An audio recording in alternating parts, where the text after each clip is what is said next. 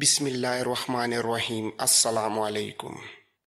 اکرمہ رضی اللہ تعالیٰ عنہ نے نعرہ لگایا اور اپنے دستوں میں گھوم کر کہا، خدا کی قسم ہم یوں نہیں بھاگیں گے۔ جو لڑ کر مرنے اور پیچھے نہ ہٹنے کی قسم کھانے کو تیار ہے وہ الگ ہو جائے۔ سوچ کر قسم کھانا، قسم توڑنے کے عذاب کا سوچ لو، فیصلہ کرو تمہیں کیا منظور ہے، شکست یا موت، ذلت و رسوائی کی زندگی یا باعزت موت۔ اگر صورتحال یہ نہ ہوتی اور مسلمان تازہ دم ہوتے تو اکرمہ کے اس اعلان کی ضرورت ہی نہ تھی، لیکن مسلمان جسمانی طور پر جس بری حالت کو پہنچ گئے تھے اس کا بہت برا اثر ذہنوں پر بھی پڑا تھا۔ یہ دستے پہلی جنگ تو نہیں لڑ رہے تھے، وہ 3-4 برسوں سے گھروں سے نکلے ہوئے تھے اور لڑتے ہوئے یہاں تک پہنچے تھے۔ یہ جذبہ تھا جو انہیں یہاں تک لے آیا تھا، ورنہ عام ذہنی حالت میں یہ ممکن نہیں تھا۔ اس جسمانی اور ذہنی کیفیت میں اکرمہ کے اعلان اور للکار پر صرف 400 مجاہدین نے لبیک کہا اور حلف اٹھایا کہ ایک قدم بھی پیچھے نہیں ہٹیں گے اور لڑتے ہوئے جانے دیں گے۔ باقی جو تھے وہ لڑنے سے منہ نہیں موڑ رہے تھے، لیکن وہ ایسی قسم نہیں کھانا چاہتے تھے جسے وہ پورا نہ کر سکیں۔ ان 400 مجاہدین جنہوں نے حلف اٹھایا تھا اپنے سالار اکرمہ کی قیادت میں، ان رومیوں پر حلہ بول دیا جو ابو عبیدہ رضی اللہ تعالیٰ عنہ اور یزید رضی اللہ تعالیٰ عنہ کو پیچھے دھکیل رہے تھے۔ یہ حلہ اتنا شدید تھا جیسے شیر شکار پر جپٹ رہے ہوں۔ اس کا نتیجہ یہ رہا کہ رومیوں کا جانی نقصان بے شمار ہوا۔ اکرمہ کے دستوں میں سے کوئی ایک آدمی بھی پسپا نہ ہوا، لیکن 400 جانبازوں میں سے ایک بھی صحیح و سلامت نہ رہا۔ زیادہ تر شہید اور باقی شدید زخمی اور بعد میں زخموں کی تاب نہ لا کر شہید ہوتے رہے۔ کئی ایک جسمانی طور پر معذور ہو گئے۔ انتہائی شدید زخمی ہونے والوں میں اکرمہ بھی تھے اور ان کے نوجوان بیٹے عمرو بھی، یعنی ابو جہل کا بیٹا اور پوتا۔ سبحان اللہ، اللہ جسے چاہے ہدایت دے، جسے چاہے گمراہ کر دے۔ انہیں بے ہوشی کی حالت میں پیچھے لایا گیا تھا۔ ابو عبیدہ اور یزید کے دستے پیچھے ہٹتے گئے، رومی انہیں دھکیلتے چلے آ رہے تھے۔ بڑا ہی خونریز معرکہ تھا۔ جب یہ دستے مسلمانوں کی خیمہ گاہ تک پہنچے تھے تو مسلمان عورتوں نے ڈنڈے پھینک کر تلواریں اور برچیاں اٹھا لیں اور چادریں پگڑی کی طرح اپنے سروں سے لپیٹ کر رومیوں پر ٹوٹ پڑیں۔ ان میں زرار کی بہن خولا بھی تھی جو عورتوں کو للکار رہی تھی۔ مورخ لکھتے ہیں کہ عورتیں اپنے دستوں میں سے گزرتی آگے نکل گئیں اور بڑی مہارت، دلیری اور قہر سے رومیوں پر جپٹنے لگیں۔ وہ تازہ دم تھیں، ان کی کاری ضربوں نے رومیوں کے منہ توڑ دیے اور رومی زخمی ہو کر گرنے لگے۔ عورتوں کے یوں آگے آ جانے اور رومیوں پر جپٹ پڑنے کا جو اثر مجاہدین پر ہوا وہ غضبناک تھا۔ اپنی عورتوں کو لڑتا دیکھ کر مجاہدین آگ بگولا ہو گئے۔ انسان میں جو مخفی قوتیں ہوتی ہیں وہ بیدار ہو گئیں اور وہی مجاہدین جو پسپا ہوئے جا رہے تھے رومیوں کے لیے قہر بن گئے۔ انہوں نے ترتیب توڑ دی اور اپنے سالاروں کے احکام سے آزاد ہو کر ذاتی لڑائی شروع کر دی۔ ان کی ضربوں کے آگے رومی بوکھلا گئے اور پیچھے ہٹنے لگے۔ وہ اپنے زخمیوں کو رونتے جا رہے تھے۔ سالار بھی سپاہی بن گئے اور عورتیں بدستور لڑتی رہیں۔ دن کا پچھلا پہر تھا جب معرکہ انتہائی خونریز اور تیز ہو گیا۔ رومیوں کے پاؤں اکھڑ گئے تھے۔ گمسان کے اس معرکے میں زرار کی بہن خولا جو اس وقت تک کئی ایک رومیوں کو زخمی اور ہلاک کر چکی تھی، ایک اور رومی کے سامنے ہوئی۔ پہلا وار خولا نے کیا جو رومی نے روک لیا اور اس کے ساتھ ہی اس نے ایسا زوردار وار کیا کہ اس کی تلوار نے خولا کے سر کا کپڑا بھی کاٹ دیا اور سر پر شدید زخم آئے۔ خولا بے ہوش ہو کر گر پڑی، پھر انہیں اٹھتے نہ دیکھا گیا۔ اس کے فوراً بعد سورج غروب ہو گیا اور دونوں طرف کے دستے اپنے اپنے مقام پر پیچھے چلے گئے اور زخمیوں اور لاشوں کو اٹھانے کا کام شروع ہو گیا۔ رومیوں کی لاشوں اور بے ہوش زخمیوں کا کوئی شمار نہ تھا۔ نقصان مسلمانوں کا بھی کم نہ تھا لیکن رومیوں کی نسبت بہت کم تھا۔ خولا کہیں نظر نہیں آ رہی تھی۔ انہیں خیمہ گاہ میں ڈھونڈا گیا، نہ ملی تو لاشوں اور زخمیوں میں ڈھونڈنے لگے تو وہ بے ہوش پڑی ہوئی مل گئی۔ سر میں تلوار کا لمبا زخم تھا، بال خون سے جڑ گئے تھے۔ کسی نے کہا اس کے بھائی کو اطلاع دو، ابن الازور سے کہو تیری بہن شہید ہو رہی ہے۔ زرار بن الازور بہت دور تھے، بڑی مشکل سے ملے۔ بہن کی اطلاع پر سرپٹ گھوڑا دوڑاتے آئے۔ جب اپنی بہن کے پاس پہنچے تو بہن ہوش میں آ گئی۔ ان کی نظر اپنے بھائی پر پڑی تو ہونٹوں پر مسکراہٹ آ گئی۔ زرار نے جذبات سے مغلوب آواز میں کہا خدا کی قسم تو زندہ ہے اور تو زندہ رہے گی۔ زرار نے خولا کو اٹھا کر گلے لگا لیا۔ خولا کے سر پر تہ در تہ کپڑا تھا جس نے تلوار کی ضرب کو کمزور کر دیا تھا۔ سر پر صرف اوڑھنی ہوتی تو کھوپڑی کٹ جاتی، پھر زندہ رہنا ممکن نہ ہوتا۔ جنگ کا بڑا ہولناک دن گزر گیا۔ رومیوں کو اپنے اس عزم میں بہت بری طرح ناکامی ہوئی کہ آج کے دن جنگ کا فیصلہ کر دیں گے۔ ان کی نفری تو بہت زیادہ تھی لیکن اس روز ان کی جو نفری ماری گئی تھی اس سے ان کا یہ فخر ٹوٹ گیا تھا کہ وہ مسلمانوں کو ہمیشہ کے لیے کچل ڈالیں گے۔ مسلمانوں نے جس طرح اپنے سالاروں سے آزاد ہو کر ان پر حلے بولے تھے اس سے وہ محتاط ہو گئے تھے۔ رومیوں کے لشکر میں سب سے زیادہ جو مارے گئے یا شدید زخمی ہوئے وہ عیسائی اور آرمینی اور دوسرے قبائل کے آدمی تھے جو رومیوں کے اتحادی بن کر آئے تھے۔ رومی سالار اعلی مہان نے انہی کو آگے کر دیا اور بار بار انہی سے حملے کروا رہا تھا۔ ان لوگوں کا جذبہ اپنی اتنی زیادہ لاشیں اور زخمی دیکھ کر مجروح ہو گیا تھا۔ اس روز ایک اور واقعہ ہو گیا۔ خالد رضی اللہ تعالیٰ عنہ پریشانی کے عالم میں کچھ ڈھونڈتے پھر رہے تھے۔ جنگ کے متعلق تو ان کے چہرے پر اضطراب اور ہیجان رہتا تھا لیکن ایسی پریشانی ان کے چہرے پر شاید ہی کبھی دیکھنے میں آئی ہو۔ ان سے پریشانی کا باعث پوچھا گیا تو انہوں نے کہا میری ٹوپی، سرخ ٹوپی میری کہیں گر گئی ہے۔ تلاش بسیار کے بعد ان کی سرخ ٹوپی مل گئی۔ مورخ لکھتے ہیں کہ خالد کے چہرے پر رونق اور ہونٹوں پر تبسم آ گیا۔ کسی سالار نے پوچھا ابن ولید کیا تجھے ان کا غم نہیں جو ہم سے ہمیشہ کے لیے جدا ہو گئے ہیں اور تو ایک ٹوپی کے لیے اتنا پریشان ہو گیا تھا؟ اس ٹوپی کی قدر و قیمت صرف میں جانتا ہوں۔ حجۃ الوداع کے لیے رسول اکرم نے سر کے بال منڈوائے تو میں نے کچھ بال اٹھا لیے۔ رسول اللہ نے پوچھا کہ ان بالوں کو کیا کرو گے تو میں نے کہا کہ اپنے پاس رکھوں گا۔ کفار کے خلاف لڑتے وقت یہ بال میرا حوصلہ مضبوط رکھیں گے۔ رسول اللہ نے مسکرا کر فرمایا کہ یہ بال تیرے پاس رہیں گے اور میری دعائیں بھی تیرے ساتھ رہیں گی۔ اللہ تجھے ہر میدان میں فتح عطا کرے گا۔ میں نے یہ بال اپنی اس ٹوپی میں سی لیے تھے، میں اس ٹوپی سے جدا نہیں ہو سکتا، اسی کی برکت سے میری طاقت و ہمت قائم ہے۔ خالد کو ٹوپی مل جانے کی تو بہت خوشی ہوئی تھی لیکن وہ رات ان کے لیے شب غم تھی۔ وہ ایک جگہ بیٹھے ہوئے تھے اور ان کے ایک زانوں پر سالار اکرمہ رضی اللہ تعالیٰ عنہ کا سر تھا اور دوسری زانوں پر اکرمہ کے نوجوان بیٹے عمرو کا سر رکھا ہوا تھا۔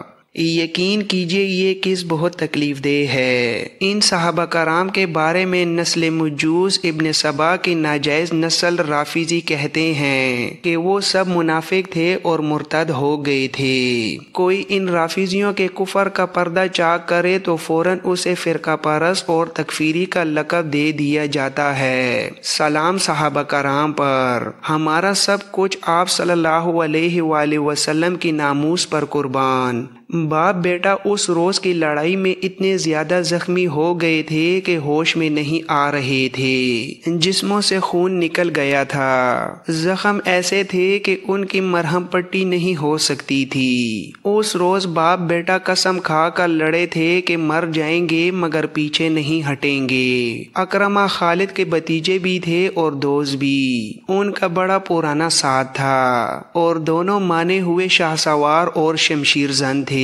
خالد کو اپنے اتنے عزیز ساتھی کے بچھڑ جانے کا بہت دکھ تھا۔ اکرمہ کا نوجوان بیٹا بھی دنیا سے رخصت ہو رہا تھا۔ خالد نے پانی اپنے ساتھ رکھا ہوا تھا، وہ پانی میں اپنا ہاتھ ڈبوتے اور انگلیاں جوڑ کر کبھی اکرمہ کے ہونٹوں پر رکھتے، کبھی ان کے بیٹے عمروں کے ہونٹوں پر، مگر قطرہ قطرہ پانی جو باپ بیٹے کے منہ میں جا رہا تھا وہ آب حیات نہیں تھا۔ اللہ نے اس عظیم باپ اور اس کے بیٹے کو فرائض سے سبکدوش کر دیا تھا۔ اس طرح اکرمہ نے اور اس کے فوراً بعد ان کے بیٹے نے خالد کی گود میں سر رکھے جان جانے آفریں کے سپرد کر دی۔ خالد کے آنسو نکل آئے اور کہنے لگے، کیا ابن حنتمہ اب بھی کہتا ہے کہ بنی مخزوم نے جانیں قربان نہیں کی؟ حنتمہ خلیفۃ المسلمین عمر رضی اللہ تعالیٰ عنہ کے والد کا نام تھا۔ خالد اور اکرمہ بنی مخزوم میں سے تھے۔ خالد کو غالباً وہم تھا کہ عمر کہتے ہیں کہ بنی مخزوم کی اسلام کے لیے جانی قربانیاں تھوڑی ہیں۔ اکرمہ اور ان کے بیٹے کی شہادت معمولی قربانی نہیں تھی۔ وہ رات آہستہ آہستہ گزر رہی تھی،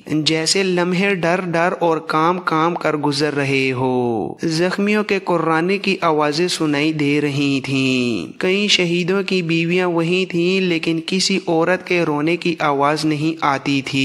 یہی فرق ہے اسلام اور کفر کے درمیان۔ فضا خون کی بو سے بوجھل تھی، دن کو اڑی ہوئی گرد زمین پر واپس آ رہی تھی۔ شہیدوں کا جنازہ پڑھ کر انہیں دفن کیا جا رہا تھا۔ ابو عبیدہ نے یہ انتظام کر رکھا تھا کہ رات کو کسی ایک سالار کو مقرر کرتے تھے کہ وہ تمام خیمہ گاہ کے ارد گرد گھوم پھر کر پہرہ داروں کو دیکھے، پھر مجاہدین کو جا کر دیکھے جنہیں دشمن کی خیمہ گاہ پر نظر رکھنے کے لیے آگے بھیجا جاتا تھا۔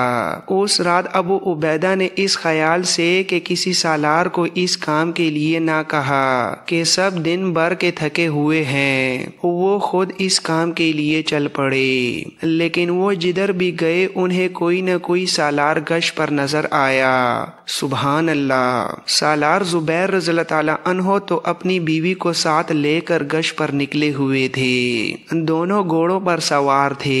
ان کی بیوی بھی دن کو لڑی تھی۔ یہ رات بھی گزر گئی تو جنگ یرموک کی 5ویں صبح طلوع ہوئی۔ خالد نے فجر کی نماز سے فارغ ہوتے ہی سالاروں کو بلا لیا تھا۔ خالد نے کہا، میرے رفیقو، آج کا دن کل سے زیادہ خطرناک ہوگا، اپنی تعداد دیکھ لو، ہم تھوڑے رہ گئے ہیں اور جو رہ گئے ہیں ان کی حالت بھی تمہارے سامنے ہے۔ آج زخمی بھی لڑیں گے، دشمن کا بھی بہت نقصان ہو چکا ہے، لیکن اس کی تعداد اتنی زیادہ ہے کہ وہ اتنے زیادہ نقصان کو برداشت کر سکتا ہے۔ تم نے دشمن کے لڑنے کا انداز دیکھ لیا ہے، صرف یہ خیال رکھو کہ مرکزیت قائم رہے۔ اب ہم زندگی اور موت کی جنگ لڑ رہے ہیں۔ خالد نے سالاروں کو کچھ ہدایات دیں اور رخصت کر دیا۔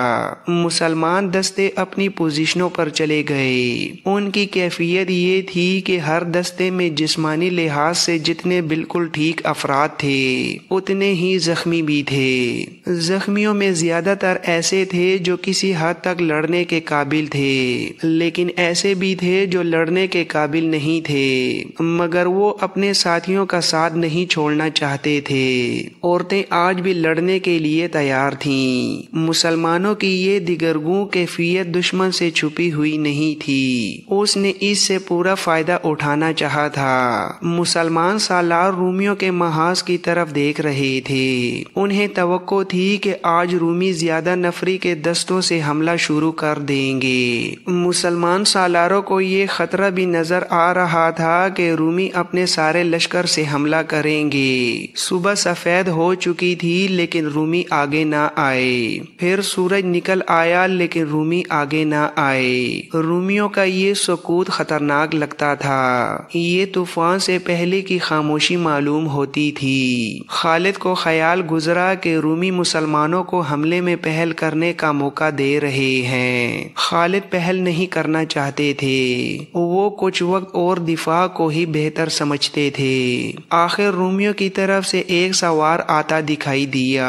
رومیوں کے لشکر نے کوئی حرکت نہ کی۔ سوار مسلمان دستوں کے سامنے آ کر رک گیا۔ وہ کوئی عیسائی عرب تھا، عربی روانی سے بولتا تھا اور اعلان کرنے کے انداز سے کہا، میں اپنے سالار اعلیٰ مہان کا ایلیچی ہوں، تمہارے سالار اعلیٰ سے ملنے آیا ہوں۔ سالار اعلیٰ ابو عبیدہ تھے۔ یہ تو انہوں نے اپنے طور پر خالد کو سالار اعلیٰ کے اختیارات دے رکھے تھے۔ ذمہ داری بہرحال ابو عبیدہ کی تھی اور اہم فیصلے انہوں نے ہی کرنے تھے۔ وہ آگے چلے گئے۔ خالد وہاں سے ذرا دور تھے۔ ان کے کان کھڑے ہوئے اور وہ ان کی طرف چل پڑے۔ ابو عبیدہ نے پوچھا، کہو روم کے ایلیچی کیا پیغام لائے ہو؟ سالار اعلیٰ مہان نے کہا ہے کہ چند دنوں کے لیے لڑائی روک دی جائے، کیا آپ رضامند ہوں گے؟ لیکن تمہارے سالار اعلیٰ نے کوئی وجہ نہیں بتائی۔ جناب، یہ عارضی صلح ہوگی، اس دوران یہ فیصلہ ہوگا کہ مستقل صلح کے لیے بات چیت ہوگی یا نہیں۔ ہم عارضی صلح پر رضامند ہو جائیں گے، لیکن بات چیت کا فیصلہ کون کرے گا؟ کیا آپ لڑائی روکنے پر راضی ہیں؟ ابو عبیدہ نے کہا،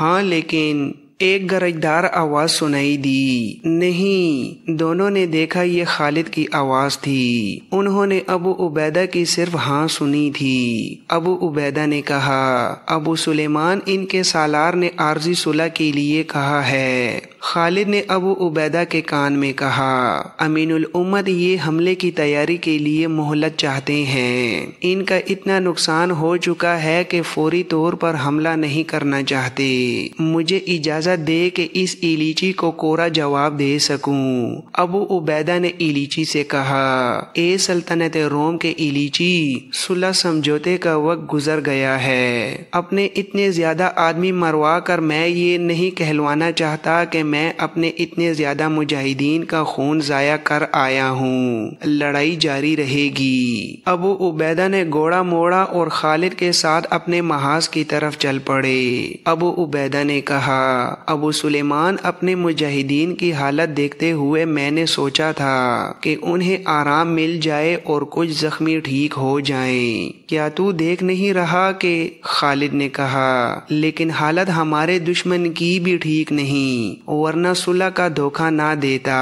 رومیوں کے ساتھ بہت سے قبیلے تھے۔ رومی سالاروں نے انہی کو سب سے پہلے مروایا ہے اور اپنی باقاعدہ فوج کو وہ بہت کم استعمال کر رہے ہیں۔ یہ قبیلے باغی ہو گئے ہوں گے یا ان کا دم خم ٹوٹ چکا ہوگا۔ ہم انہیں سنبھلنے کی مہلت نہیں دیں گے۔ ابو عبیدہ نے پوچھا، کیا تو ان پر حملے کی سوچ رہا ہے؟ کیا تو سوچنے کے قابل نہیں رہا امین الامت؟ آ مل کر سوچیں گے۔ خالد نے جو سوچا وہ بڑا ہی پرخطر اور دلیرانہ اقدام تھا۔ وہ دن جو جنگ کا 5واں دن تھا بغیر لڑائی کے گزر گیا۔ دستوں کو ایک دن کا آرام تو مل گیا تھا، لیکن سالاروں نے آرام نہ کیا۔ خالد نے سالاروں کو اپنے ساتھ مصروف رکھا۔ انہوں نے 8000 گھڑ سوار الگ کر کے ایک دستہ بنایا۔ سالاروں کو اپنا نیا منصوبہ سمجھایا۔ انہوں نے یہ منصوبہ جن پیادوں اور سواروں کے لیے بنایا تھا ان میں آدھی تعداد زخمی تھی۔ ایسا خطرہ خالد ہی مول لے سکتے تھے۔ چھٹے دن کی صبح طلوع ہوئی تو رومی لشکر آگے آ گیا۔ مسلمان میدان میں نئی ترتیب سے موجود تھے۔ رومی سالار گریگری گھوڑے پر سوار آگے بڑھا۔ گریگری ان دستوں کا سالار تھا جن کے 10 سپاہی ایک ایک زنجیر سے